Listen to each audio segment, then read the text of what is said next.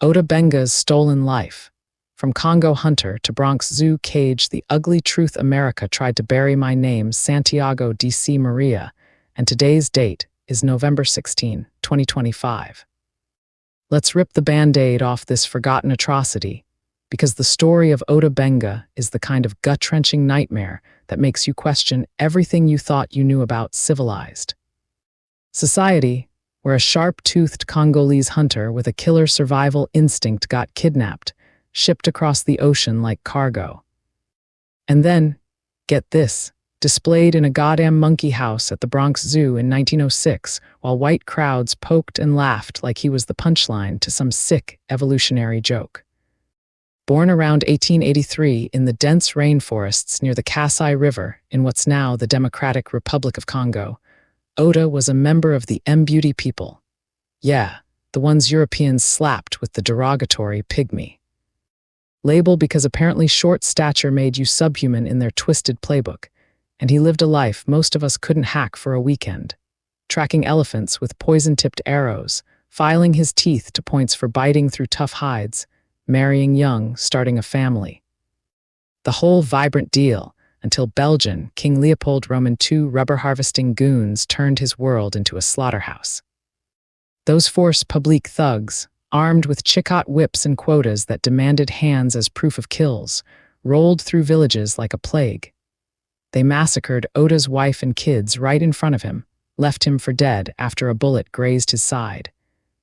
And when American missionary-turned-explorer Samuel Phillips Werner showed up on a collect specimens trip funded by the 1904 St. Louis World's Fair, he saw dollar signs in the survivor and bought Oda from slavers for a sack of salt and some cloth, because that's how human trafficking worked back then.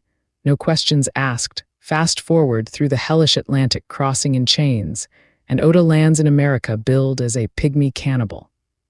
For the fair's anthropology exhibit, where he and a handful of other kidnapped Africans, Filipinos, Native Americans, the whole colonial grab bag, were paraded in mock villages to educate gawking crowds on the so-called ladder of human progress, with white folks at the top and everyone else as living proof of their superiority. Werner dragged him around like a trophy, teaching Oda bits of English, dressing him in suits for photos that made him look like a sideshow doll.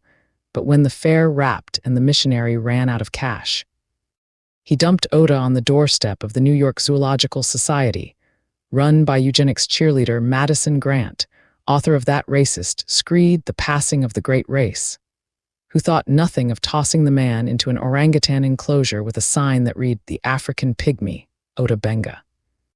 Age 23 years, height 4 feet 11 inches, weight 103 pounds, brought from the Kasai River, Congo Free State, South Central Africa. For 2 weekends in September 1906, over 40,000 visitors a day streamed through, hurling peanuts, jeering, trying to provoke him into savage antics while zookeepers goaded him with bows and arrows. Oda, sharp as ever, shot back with the arrows once, hitting a jerk in the ass, and bit through the cage bars in rage, but the press ate it up. Headlines screaming, Bushman shares cage with apes like it was entertainment gold.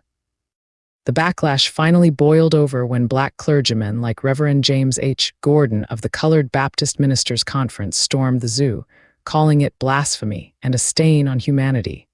Newspapers split, some defending the scientific display, others decrying the cruelty. And after 20 days of this zoo from hell stunt, directors yanked Oda out, handed him to the Howard Colored Orphan Asylum in Brooklyn, where he tried to rebuild some shred of normalcy, learning more English, working odd jobs, even attending seminary classes at Virginia's Lynchburg Baptist Seminary, because the kid had dreams of returning home as a missionary himself. But America chewed him up and spit him out.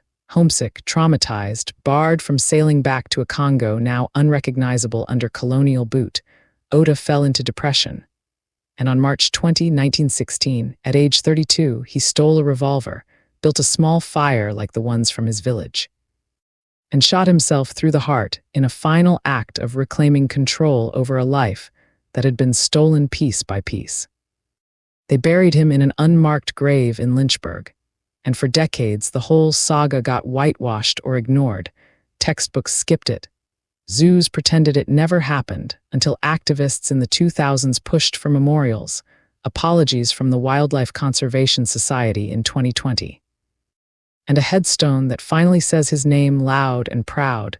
This ain't ancient history. It's a mirror to the racism that still festers, from eugenics labs to modern-day border cages, reminding us that progress often meant dehumanizing anyone who didn't fit the white mold. Benga deserved jungles and freedom, not bars and bananas. America failed him spectacularly, and we damn well better remember it. I just want to thank you all, like, share, and follow to stay connected. I am Santiago del Carmen Maria, the Queen of Crowning Thoughts, because I say it like it is. Copyright 2025, independent writer, Crowning Thoughts truth speaker, AI video content creator, writer, blogger Santiago DC Maria. All rights reserved.